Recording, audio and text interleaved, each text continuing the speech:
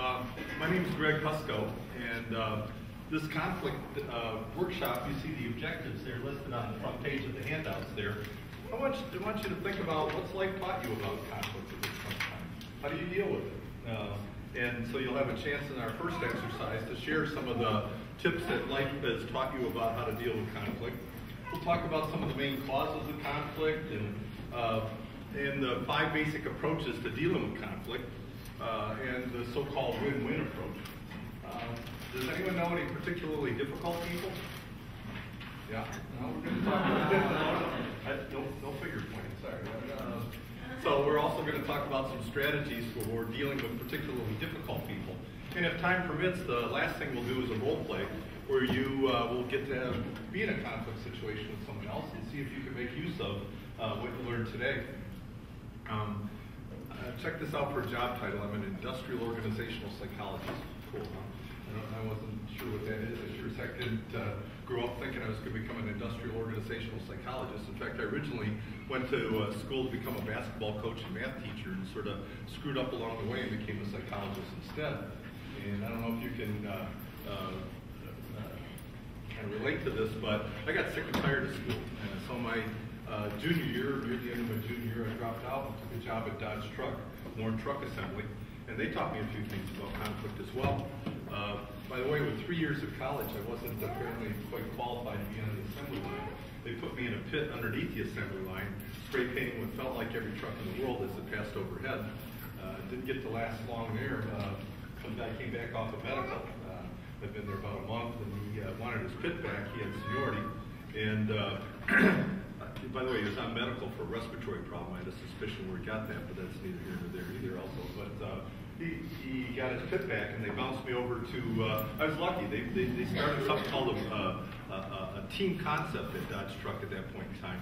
And so they formed a team of us over on the resanding line.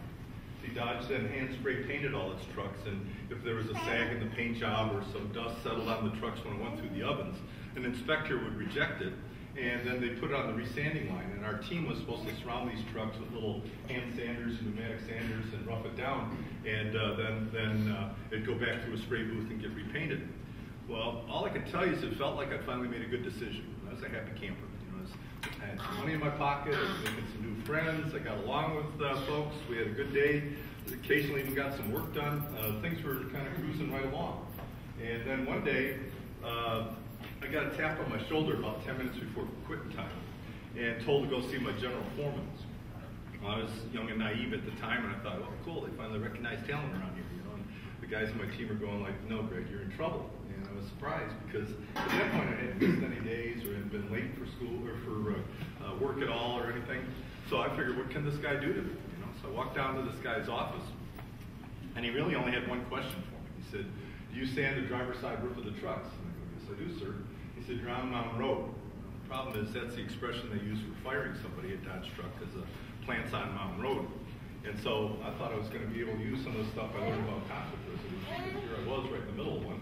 And so I thought I'd try to explain to this guy some problems that might be underlying his need to try and get rid of me. See, somehow the trucks were getting out of the sheet metal area, and those guys had the real powerful buffers, polishers, grinders that would make an absolutely perfect surface on the sheet metal. And sometimes they'd get past their inspectors and still had some metal spurs on the surface. Come over to the paint department, our guys would dutifully paint the trucks. It'd get to inspection and get rejected because it'd be a bumpy surface. They'd put it on the resanding line where I was working.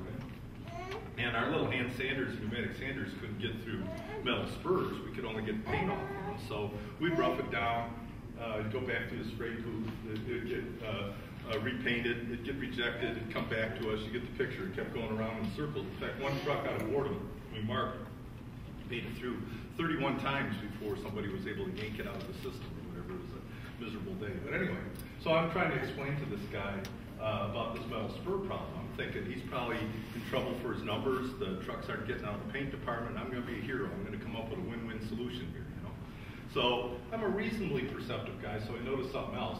Basically, he wasn't listening. And so I switched my strategy, which, to be honest with you, looked a lot like pleading and begging at that time. But I was able to get my job back. And so I thought, well, this is cool. And but he was real strict with me. he said, like, Husko, you let another one of these trucks go by, your history, you're out of here. Oh, man. So I go home that night, have a restless night of sleep, and I go to work the next day, and ever have a day at work where all you can hear is your boss's voice in your head? It was like that for me that day, sort of thing, or whatever. All I could hear him saying, Husko, don't let one of these trucks go by, you know? So, sure enough, at some point, one of these trucks come by, and all I could think of doing is, put my head down and standing away and trying to hope and pray somehow that my little hand sander is going to get through these metal spurs. In fact, I know I looked like an idiot at some point because the line had an incline going to the spray booth, so I'm like hanging on this truck, standing away, just hoping that somehow this is going to turn out okay. You never have an experience that if you close your eyes, you can still sort of see the experience in your mind's eye. It ended up that way for me. I didn't realize it at the time, but all of a sudden it got quiet, because somebody thought some idiot's trying to ride a truck through the spray booth, me. And so someone stopped the line, and all of a sudden I'm surrounded by 4 shirts. We called supervisors shirts because they tended to wear shirts with collars, and we tended to wear t-shirts or sweatshirts or whatever. So I got 4 of them now, 3 of them I'd never met before. And they're yelling at me and they're swearing at me. And after a while, I finally said, well, what are you ordering me to do? They said, let the truck go by. I go, are you ordering me to let the truck go by? Yeah, they're swearing at me and whatnot. And so I relaxed. I thought, cool, it's on management's head now. And so I go back, and the guys on my work team are giving me a little standing ovation, way to stay cool under pressure, kid. And I'm starting to feel better about myself and whatnot. And this was the start of my love affair at work teams. I've written a couple of books, one of which was a Business Book of the Month Club selection on tools for team excellence. And this started my real interest in work teams as opposed to sports teams. Well, anyway, I worked through the rest of my shift. About 10 minutes before quit time, I get another tap on my shoulder and told me to go see my general foreman. By now, I figured it wasn't for an award or a promotion or something like that, so I go grab my union steward. Figured there's going to be a conflict, I better have my representation there. And he looks up my record and says, gee, sorry, son, you're 10 days shy of your 90 days. As you may know, you need 90 days under the contract to have protection under the contract. Otherwise, they could fire you at will. Well, the guys on my team stood up for me. They said, well, why don't you try to help them out? And, it might not work, but give it a try. So we walked down, and I'll always remember because we get to my general foreman's office. My foreman was in there with my general foreman, but their backs were to the door. And so they didn't see us walking in. And my foreman's telling my general foreman, this time I want you to fire Husko and keep him fired because he gets along too well with the blacks. The rest of my crew was African American, and my supervisor was white, and I guess he thought I should be siding with him. My steward hears this, and I learned more about persuasive speech in that next 15 minutes than I had in any communication course I took in my college career or whatever. I mean, he ripped this guy up one side down the other, and all of a sudden I got my job. I thought, well, this is cool, I thought I'd had a new insight, about dealing with conflict. It's who you got on your side, who they got on their side, what issues you can use about each other. Well, the rest of the story, I did get fired twice more in those next 4 months, and those were my fault. But school started looking a lot better to me. So I transferred up to Michigan State University and switched over to an applied psych program and finished up there, and then went to Southern Illinois University and worked on my master's down there, and then got my doctorate from Michigan State University. And since then, I've been a consultant for a lot of different organizations, dealing with the topics of teams, leadership, change, and dealing with a lot of conflict through that as well. So I've worked for over 200 different companies and learned a lot from there. And I'd like to share some of the experiences of what's worked and what hasn't worked as a result. I'm also a professor over in College of Business, as someone mentioned there, teaching in our management department, and also especially in our master's program, Human Resources and Organizational Development. So I got a few books, Tools for Team Excellence, Tools for Team Leadership, Making a Difference by Being Yourself, which is a fun book to write or whatever. And feel free to get a hold of me after today's session if you want to go into these issues any more deeper than we're going to do today. What I'd like to start us out with is figuring out what's life taught you about conflict. I want to see how many people do we have.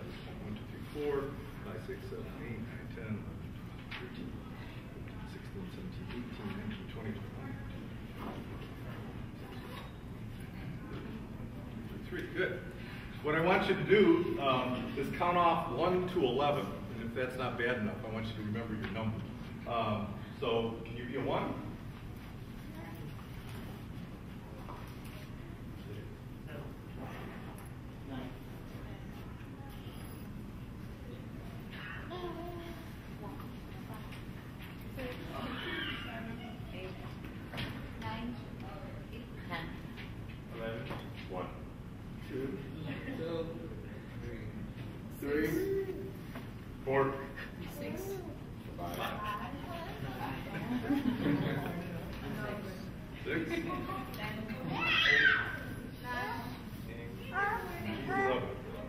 and you're our wild card. You can be in any group you want. All right? So, just as you got settled, grab the handout. I want the ones to hang out over here. I want the twos around in here somewhere. I want the threes around in there, the fours around in there, the fives around in here, sixes somewhere around in there, sevens somewhere around in there, eights somewhere around in there. What were you? I don't want to have to move the babies. Did I move you in the right place? Oh, man. Okay, you're good. All right. What? Really kind of pay attention, and then we were really confident on that. Terrific point, sort of thing. Did you hear that sort of thing? So you sometimes have to hear the whole sentence or the whole plot the person's having. How many of you sometimes are guilty of interrupting people? I know I am, as I'm interrupting you right now. No, yeah, great point. We can't just go with that first key word we hear. We need to hear their thought first, sort of thing. And how many times have you been in a conflict situation where you responded to something a little too quickly before you found out all of what the person was really trying to tell you, and all of a sudden you're in an argument with the person because you responded to that trigger word or that one thing they said early on in the conversation, and there you go, instead of finding out what they were really trying to say. What else did you learn about sharing, listening, providing feedback? Thanks. I kind of found, not necessarily the opposite of what you're saying, but that I kind of, and we all seem to build off of what each other said. So we would say, they would respond briefly, and we would be able to build upon that. And in a direction, it was constantly going in a direction and not necessarily being a straight line of thought. I like that sort of thing. Notice, we arbitrarily cut this into sharing, listening, providing feedback. Conversation's really all that's going on at once, isn't it? Building on to each other's thoughts, as well as having to do that in a more natural way than dividing it up arbitrarily. In addition, poor B, you were our pioneers here. We put the most pressure on you. You didn't know what the hell does he want us to share. You didn't know that. Whereas at least A and C could have some ideas about what B had to share and build on that as well. My goal is at least one more comment about sharing, listening, providing feedback. Thanks. Just doing the feedback, I learned that everybody individually has their own, their own basically way to kind of talk to you on how they feel about it. They have their own kind of criteria. I think this, you think that, you think this. And certainly styles can be important, isn't it? So if we don't like how the person's presenting it to us, we may react to that too quickly before we actually, again, hear what they're saying. And we're reacting to their style and therefore are in a conflict that perhaps is unnecessary. That really when we get past that style, we may find they have something to say on that topic that we can agree with or that we can build on or that we can collaborate on. On page 3 of your little hymnals here, you see some tips for listening skills. I'm not going to go through all of them. I'll just mention a couple. Look at that first one. First, you actually have to want to listen. Now, don't name names, but aren't there a few people you deal with in your life that you're not too fond of listening to? The listening skill's tough enough, but then if you don't want to listen to the person as well, it's going to be very difficult for you to be successful. You heard throughout the exercise emphasizing paying attention and showing you're paying attention. Have you ever dealt with people that, you're talking with them and they're going through some papers or they're looking at their watch or looking at their cell phone or whatever, and you're going, hey, you're not listening to me. And they go, oh no, I heard every word you had to say. Well, I doubt it, but whether they did or didn't, what they didn't do is show you that they were paying attention. Why is showing somebody you're paying attention so important? Especially maybe in a conflict situation. It shows quite simply that you value their opinion, their emotional contents, where they're coming from, essentially. Yeah. It's the basic way we show respect, especially in North America. Okay, it's very important. Just as you said, it shows that we value that they have something to say there. We're showing some respect. It can also set a tone that if I'm listening, maybe you'll be listening then too. So it sets a tone that can be very helpful. You have to show you're paying attention in addition to actually paying attention. I won't go through all of these here or whatever, but do keep in mind that you'll never be a perfect listener, so you're going to need to push yourself to continue to improve, though, to try and get better at what you're doing. And on the next page, you'll see some tips on how to improve the way you give feedback. One thing that I want to mention is, in this exercise, I asked you to provide feedback. We imposed feedback on you. That's actually not a very powerful way to provide feedback. Feedback's got to be desired. Have you ever had somebody that kind of just imposed feedback on you? Wasn't that fun? And you know, timing's so crucial, and if the person actually wants the feedback, it's more likely to work. The more specific you are rather than general, that's useful. If you can stick to the facts and actually show you heard what the person said before you add your 2 cents worth, you'll improve both the listening and the providing feedback. Well, let's go to the topic of conflict. What did you learn about conflict from the stories you heard? Can I hear from a few people on what they got out of the stories? I heard that conflict is kind of like, they come into your life like seasons, just like people do. So it's like they're for the minute and it's gone the next. So this too shall pass at some point in time. But conflict's a natural part of life, just like the seasons are, sort of thing. It's a human experience to be in conflict situations. It might not always be pleasant, but it's a very natural occurrence. You can learn from conflicts. Like a lot of people, learn from different situations and problems that they go through in life. Yeah. And a lot of times, like tribulation produces patience. So it gives you patience. And you learn something from it. I like that you said that. Now be careful on that one. Some people just learn how I got out of this conflict, and others learn something in the conflict situation that they can carry on to other situations. That kind of experience is really valuable. So experience can be the best teacher, but you got to pay attention to it and have to figure out what did I learn from this that I can carry on to other places. So great point. You learn from these things, and it can be quite beneficial. Going off the learning thing, you can also, with conflict, it's like different people deal with the situation differently. Like I've heard a story, and I definitely wouldn't have dealt with it in the way that he dealt with it. But yeah, you learn to deal with things differently. That's a terrific thing, and we're about to look at 5 different styles of dealing with conflict. 5 styles that'll get you through 85% of the conflicts in your life. So we'll look at these styles, and I want you to think about which style is more common for you, and what some people that you know, what styles is more common for them. Anything else anyone want to add on what you learned about conflict through listening to the stories? Some people can be too nice during conflict. Too nice? Yes. Yeah. So some people are smoother overs, okay? And at times that's appropriate. And other times that just makes the situation worse, okay? It's a judgment call. I'm not advocating be nasty, but I am saying if you spend too much time just smoothing over conflicts, they'll wear on you, and it won't solve all the problems as well. So pick and choose when to use that.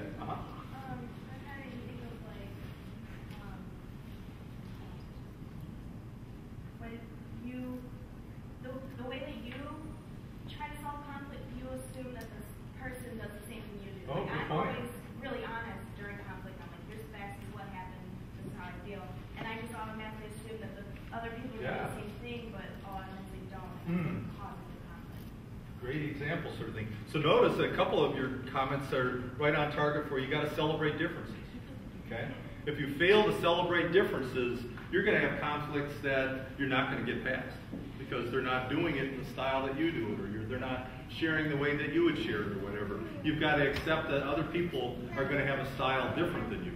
Let me ask you, what's some advantage of having some conflict, especially in a work situation? There's some advantages of conflict as well as disadvantages.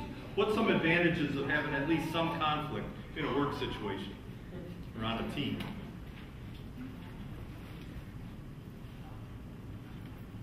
Thanks. Very good. It pushes you to consider better ways of doing things. Now this may be sad. I don't know if this will be sad for you or not, but conflict for most adults is actually a prerequisite to change. Most people will just keep their habits, keep going, keep the status quo unless some conflict comes up. And then it motivates us to take a look at what we could be doing differently. So conflict can be a prerequisite to change, can provoke us to think about there must be a better way. Okay? What other advantage might there be of having at least some conflict on a work team or in a work situation? Later on down the line in the future, like the manager, they'll be able to see, if it ever happens again, okay, well, this happened before, and this is how we handled it. And this is the best, sufficient way to do it. So. Yeah, it lessens the fear of conflict. It doesn't make us think we must be all screwed up because we got through it before. We'll get through this one too. And it may give us some ideas how to get through that next conflict as well.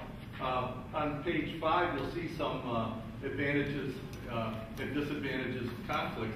For whatever it's worth, like we said, conflict's a prerequisite to change, at least for adults. Look at that second one. Isn't that weird? Conflict indicates caring. Okay? What do I mean by that? It means the opposite of conflict is not peace and harmony. The opposite of conflict is apathy. And apathy is much tougher to deal with to get a workforce to be at its highest level or a team to be at its highest level than conflict. Conflict's no joy, no good news item always, but it does show that you cared enough to speak up. You cared enough to say what you think's right in this situation. You cared enough to express yourself in that situation. You know, have you ever used the expression, whatever? You know, I mean, that's a way to just cut people off and cut them at the quick, saying, I don't care, whatever. And that just makes sure that there isn't going to be any growth in the relationship because it shows a lack of caring. Conflict generates energy, dangerous energy sometimes, but energy. Have you ever had a day when you thought, man, I'm going to need like 3 gallons of coffee to get through this shift, okay? And then some conflict breaks out between a couple of your colleagues or whatever. You go, hey, what'd she say? What did he say? It generates energy, sort of thing. And it can be dangerous energy, like I said. You have to channel it to actually using that energy to get a resolution rather than energy by itself. It's kind of an anti-apathy medicine, but it could be a dangerous medicine. External conflict creates internal cohesion. Maybe when you were growing up, you fought with your brothers and sisters, but if the kid down the block picked on one of your brothers and sisters, now you're a family unit, right? External conflict creates internal cohesion. You may be at odds with somebody, but then if some force outside of your group provokes some conflict with you all, you may be drawing closer together. And finally, it's important to get some of this conflict out in the open because it's going to gnaw at you inside. And that it can be very stressful. It could be what we call a cathartic experience, blowing off some steam. Again, that can be dangerous, but nonetheless, it's important that you feel that you're able to express yourself, even if you don't agree with folks. What's the disadvantages of having too much conflict, especially in a work setting? Nothing. Things don't get done. We're bothering arguing rather than getting something done. It interrupts productive activity. What else could conflict? Could just be bad for business, especially in front of your customers. Very good, yeah. So people then may want to shy away from you or go like, these folks don't have their act together. Or a lot of people just don't like the tension associated with conflict, so they'll stay away as well. So lots of disadvantages, not the least of which also is it creates polarization. Within your group, you're going to have people saying, well, whose side you on? You on her side or my side? Okay? So it creates a splitting apart of people, some weaving thinking, some polarization. You already mentioned that it disrupts productive activity.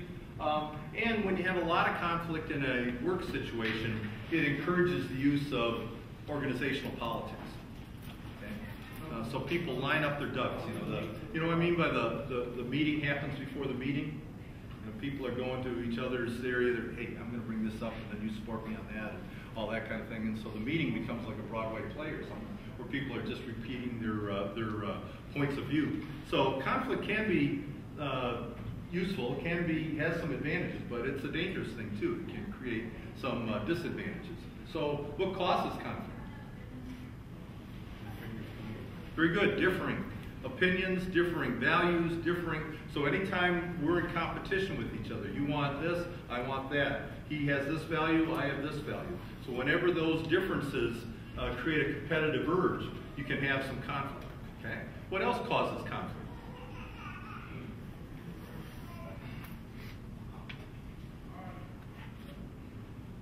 You guys, all right.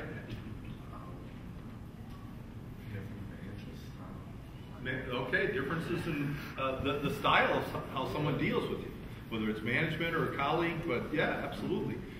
Especially if you feel you've been disrespected, okay? If you're feeling imposed upon in some way or another. Some of the more common causes of conflict is that competition, those differings of opinion. Sometimes we just don't understand each other. How could you think that way? What's the deal on that sort of thing? differing styles of how you present it, so we just don't understand how could you express yourself in that manner. And you know what? This is a tricky one. Some of the conflict that you have today is really what happened between y'all before. So him and I might look like we're in a conflict situation, but I remember what he did to me like 3 months ago. So I'm ready to be against him. Okay? And so some of it's interference from past events, stuff that's happened that kind of lingers with you. Have you ever noticed somebody in your life that you like are surprised you're agreeing with, and they're saying something you can't actually agree with? You probably have had some conflict with that person in the past, and so you're sort of it lingers on. It colors your picture of that person, sort of thing. It flavors what you expect of that person. So we've talked about most of the causes. Let's start talking about what to do about it.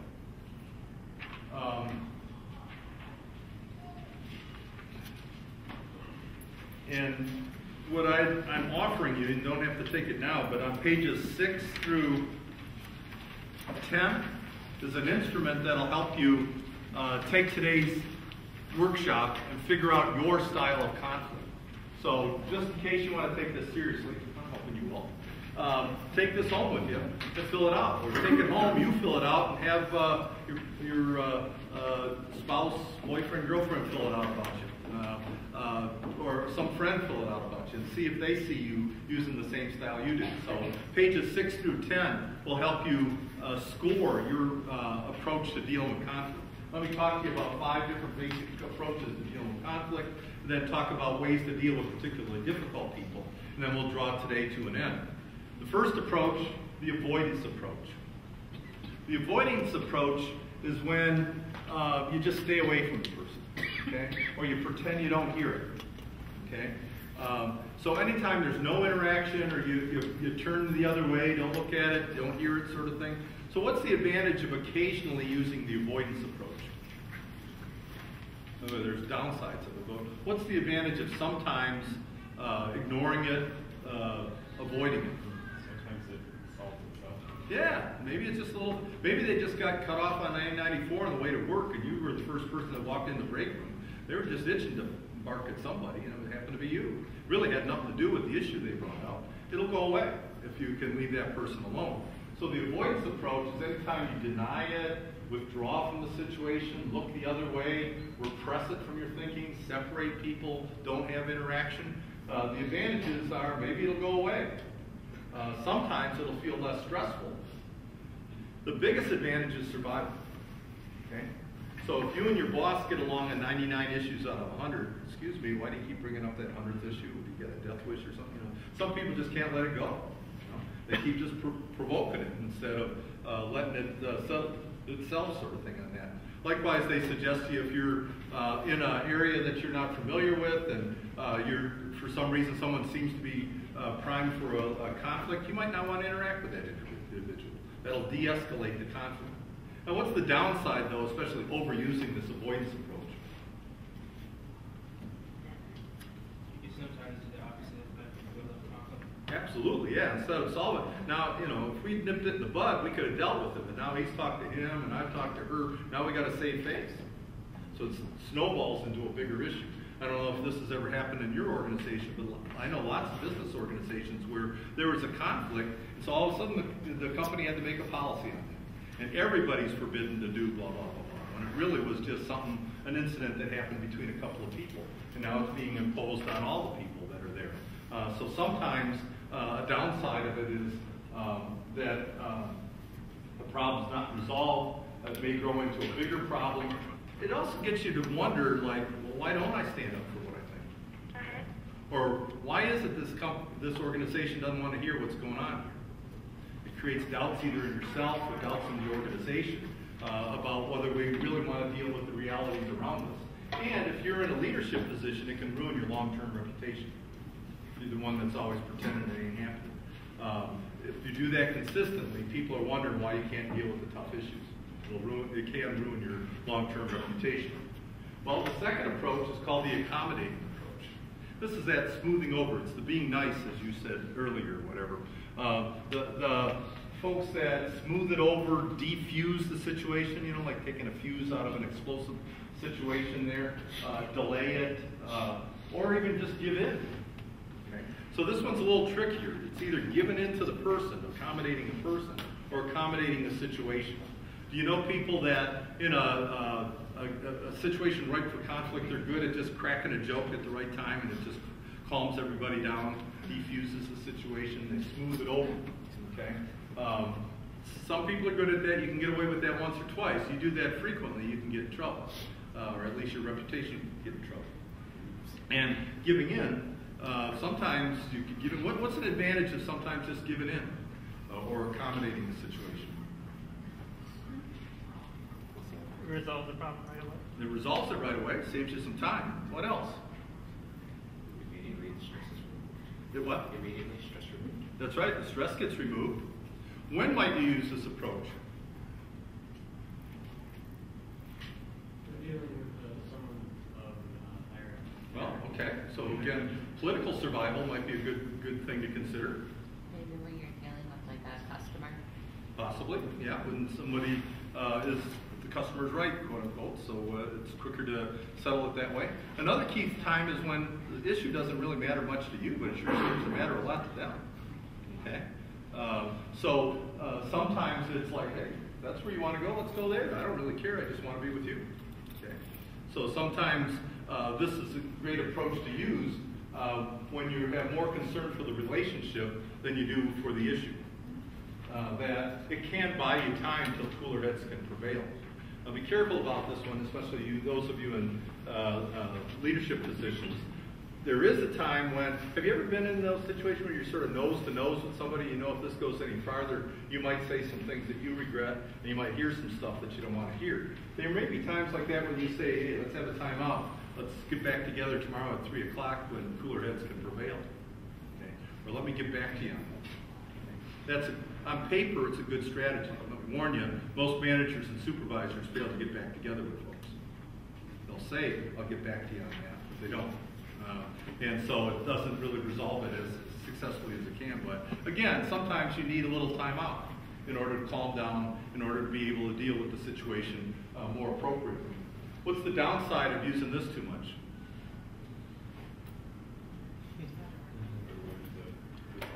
Yeah, you don't learn how to resolve it. It doesn't get resolved, or maybe just a little tiny piece of it does. You'll be seen as ineffective, especially. Very good. Yeah, you'll be seen as a doormat if you use this too much. Somebody to be taken advantage of. Okay? So the disadvantage is usually you don't get back together to resolve the problem. Only a small part of it gets resolved. You worry. I've got managers that are actually trying to figure out new ways to get to their office so they don't have to run into so-and-so. Because they're fear that it's going to spring up against them. So it creates a fear of conflict sometimes.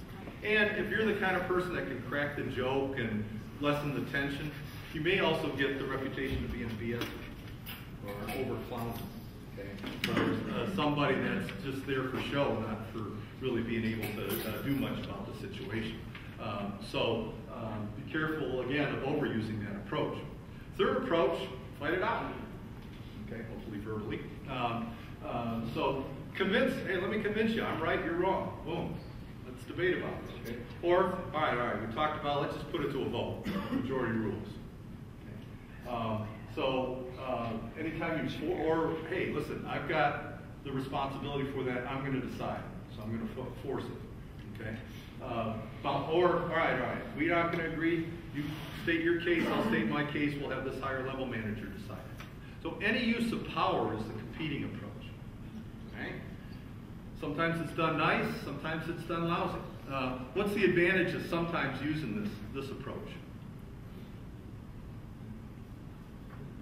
Convincing people, things to a vote. What's the advantage of sometimes using the competing approach? You can save yourself from actually getting involved with that person. Maybe choke them up and go into like your boss or something like, let me have your problem.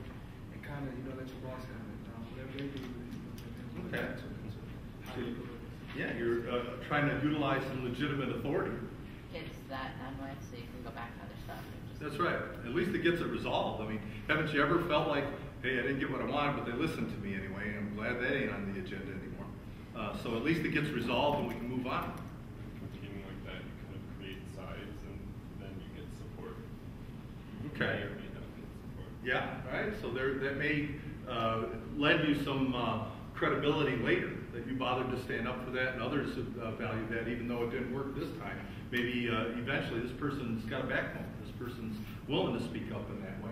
So the competing approach, at least it gets the issue settled. Okay. And again, if you're dealt with respectfully in that, you're glad that it's done anyway, even if you didn't get quite what you wanted. It can save you some time. So trying to talk about it so we all feel great about it. Let's just vote on it. Let's go forward. Okay? And you know what? Whoever likes this approach wins, right? And winners feel good about this decision. But if you have winners, what do you have? Losers. And what do losers do? They get even. Okay? And sometimes they get even by sinking your boat on the next issue. But you know, most people get even passive aggressively. You know what I mean by that?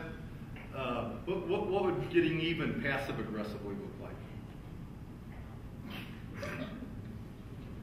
Yeah.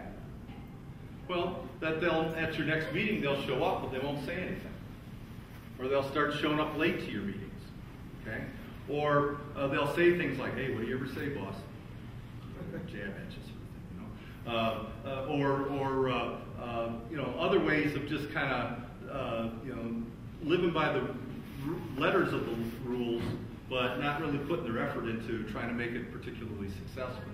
So the competing approach, the disadvantages creates losers, and losers get even, either by rebelling, fighting on future issues, or doing some passive-aggressive behaviors. And again, this is the one that sets up a political culture in an organization. So you line up votes and find out who's on which side. It encourages polarization. The fourth approach, compromise. Split the difference. Find the halfway point. You say we need 10 units an hour. I say I can only produce 6. What the hell, we'll just compromise on 8. What's the advantage of using the compromising method? At least sometimes. Everybody's happy. Everyone's at least half happy. Yeah, right, okay. So we each got something out of the situation. Yeah. Anything else? Okay, so at least a speedy resolution. At least it gets it settled, exactly. Yeah. And aren't you relieved when things get settled at least? Okay. So the advantages, it shows that you help them give a little bit of, you didn't, it's classic in union management situations where you need to make the other party look at least somewhat good in order to continue the relationship. Builds belief that the other party is willing to work with you, and at least both parties get something.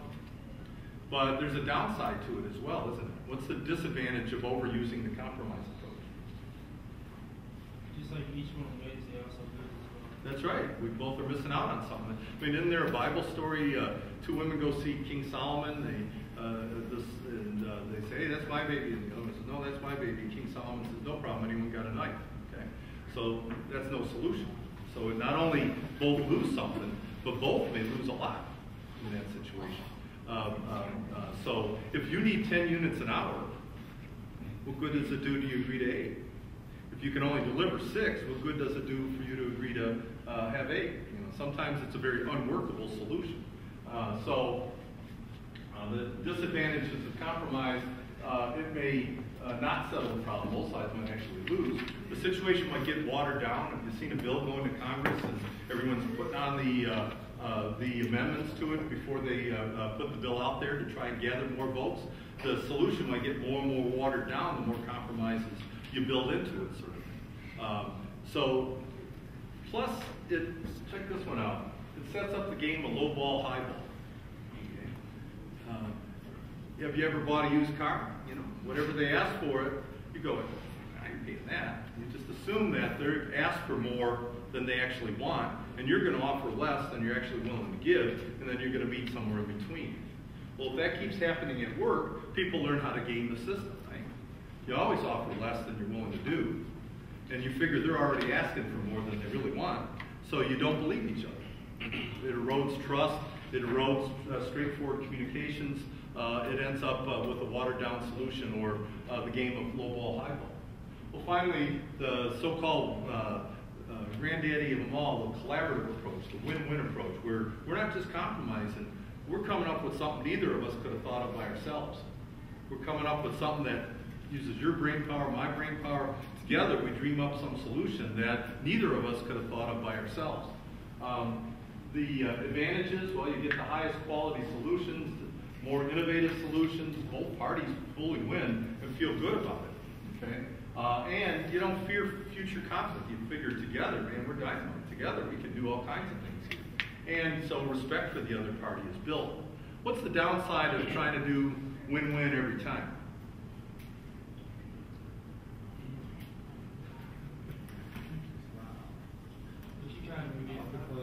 You what? I don't think one exists. I'm not sure. Sometimes it does. Literally, some issues there is none. Okay. Sometimes there is, but some issues there just really is not a win-win solution. Okay. What else? It takes a really long time. Whew, very good. It takes time, and because it takes time, it takes patience. Don't you know a few people that don't have patience? Okay. So the collaborative approach, the disadvantage is it's very time-consuming. Both parties have to be skilled at using it. Otherwise, it's just a charade. It's like, you're good at it and I'm not. We can play like we're doing this collaboration sort of thing, but really it's his ideas we're using. Both parties must be willing to use it. If I'm willing to be a collaborative win-win and you play hardball's going to win. So you can't be taken advantage of when using this approach. To be good at it, 4 skills. Okay? You have to be good at bringing up stuff. Don't you know some people, the way they bring up an issue blows it out of the water? The way they brought up the issue makes you not want to work with this person, not want to collaborate with this person, not want to spend a lot of time listening and going in more depth about it. You got to be good at diagnosing the situation. You know, what's really underlying this issue here? And if it's a value difference, good luck. Logic doesn't solve value issues. You have to just negotiate the context in which the conflict occurs. Again, listening skills we mentioned before, and I'd suggest you need to be a good problem solver. You got to turn the blame game into problem solving. Instead of it's your idea, my idea, what's our problem here? Let's figure out what's to do, not who's right or wrong, but rather what is the issue here? What's our options? What are we going to give a try on? Well, let me jump ahead to the difficult people topic. Describe for me, without naming any names, a difficult person to deal with, especially in a conflict situation. Can someone describe a difficult person? Thanks. Person that thinks they're always right. Boy, those are fun folks, huh? They think they're always right, all right? Describe another difficult person for me. Oh, man, those are fun, huh? Yeah, the know-it-alls, all right? It's all right to say this one or not, but in one group I was working at, there's this know-it-all guy. His name was George. Hope you guys' name is George.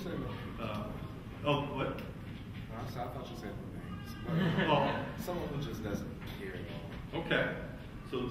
So the apathetic soul, the one that just walks away, doesn't say anything. Okay. Sorry, trying to put that here.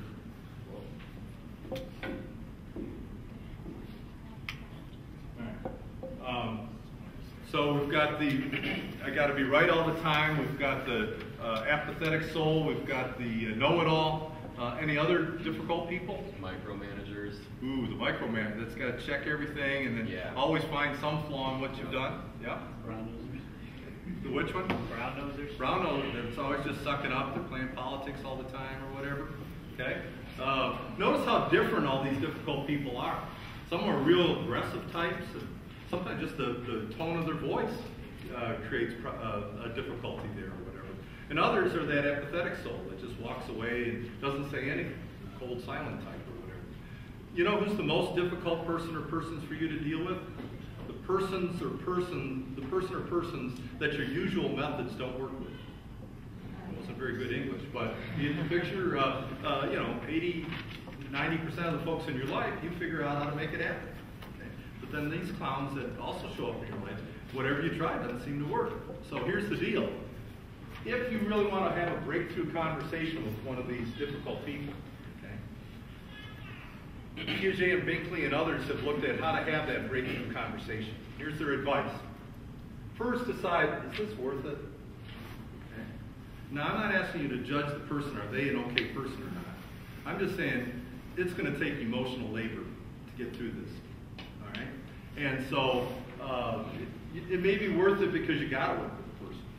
So you may want to, or maybe because you've invested so much in the relationship, you want it to somehow continue and grow later, or whatever.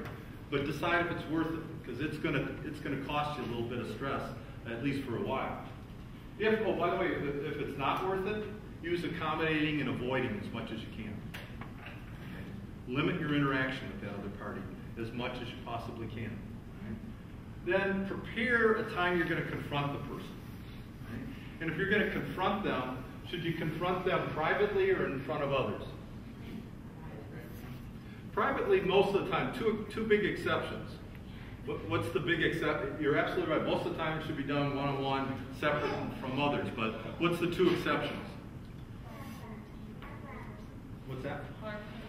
Very good. If there could be some violence or some aggressive activity here, okay, have witnesses.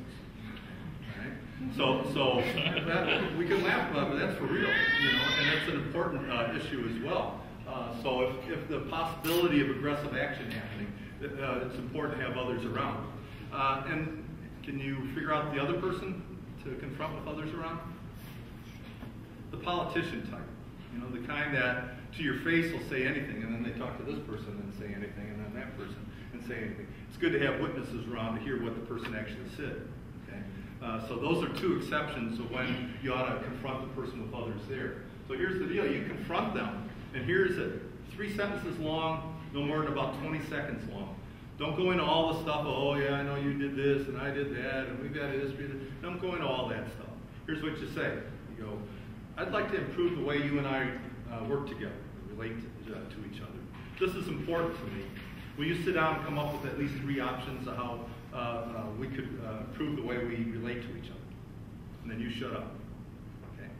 3 simple sentences, say it in your own words, but you say, I would like to improve the way we interact with each other, work with each other, relate to each other. This is important to me. Will you sit down with me and us come up with at least 3 options of how to improve the way we interact with each other? Like I said, then you shut up, and whatever they say next, you say back to them in a non-mocking tone. Okay. Why this? Why describe back to them, much like the exercise we started with today? Why describe what you heard? Make sure that you have it right. Very good. It makes sure that you've got it right. Maybe you misinterpreted it, maybe you didn't hear it quite right. Why else? It kind of makes it feel like commonality. Very good, yeah. It's showing respect. It's showing that you're setting the tone for listening. And the third one is, you know, you told me a lot of people don't listen well. These folks don't even listen to themselves, let alone other people. Okay? And sometimes when they hear their own words, they go, whoa, whoa, I didn't mean it quite that way. Okay? That's your leverage point to maybe have a breakthrough conversation with that person, because now they're hearing how they come across to you. Okay? So after you talk, figure out what are you going to do about it. If they say, heck with you, I ain't doing it. They walk away and say, no, I'm not going to sit down with you and get 3 options of how to improve this. As they're walking away, you say in a loud but not a mean voice, hey, this is important to me. I'll see you tomorrow at 4 o'clock, or whatever. In other words, have a backup time of when you're going to confront them a second time. And when you see them the next day, or whatever day you pick, show up at exactly the time you said. Showing up late is disrespectful. Showing up early, they might not be ready. Show up at the exact time that you said, and the first words out of your mouth is a willingness to negotiate the time. I picked tomorrow at 4 o'clock. This might be not a good time. Is there another time you and I could sit down and come up with 3 options? So you don't back away from coming up with the options, but you do say you're willing to negotiate the time. Okay? Why 3 options, by the way? Why at least 3? By the way, you're hoping for 5 or 7 or 10 or whatever. But why at least 3? So at least there will be enough out there, and you're not overcomplicating it. Okay, why else?